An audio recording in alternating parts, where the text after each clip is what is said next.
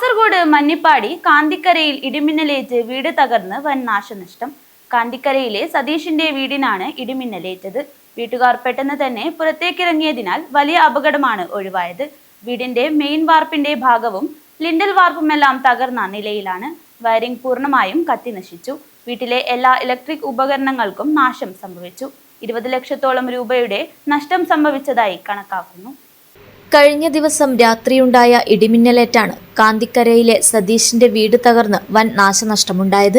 ശക്തമായ ഇടിമിന്നലേറ്റ് വീടിന്റെ മെയിൻ വാർപ്പിന്റെ ഒരു ഭാഗം തന്നെ തകർന്നു.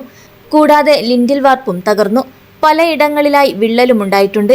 വയറിംഗ് പൂർണ്ണമായും കത്തിനശിച്ചു. TV, വാഷിംഗ് മെഷീൻ, AC ഉൾപ്പെടെ വീട്ടിലുണ്ടായിരുന്ന എല്ലാ ഇലക്ട്രോണിക്സ് ഉപകരണങ്ങളും കത്തിനശിച്ചു. 20 ലക്ഷത്തോളം രൂപയുടെ നഷ്ടം സംഭവിച്ചതായി കണക്കാക്കുന്നു. അപകട സമയത്ത് സതീഷിന്റെ ഭാര്യ റീന, മക്കൾ, മാതാവ് എന്നിവരായിരുന്നു വീട്ടിലുണ്ടായിരുന്നത്. വലിയ ശബ്ദം കേട്ടപ്പോൾ ഇവർ പെട്ടെന്ന് തന്നെ പുറത്തേക്കിറങ്ങിയതിനാൽ വലിയ അപകടമാണ് ഒഴിവായത്.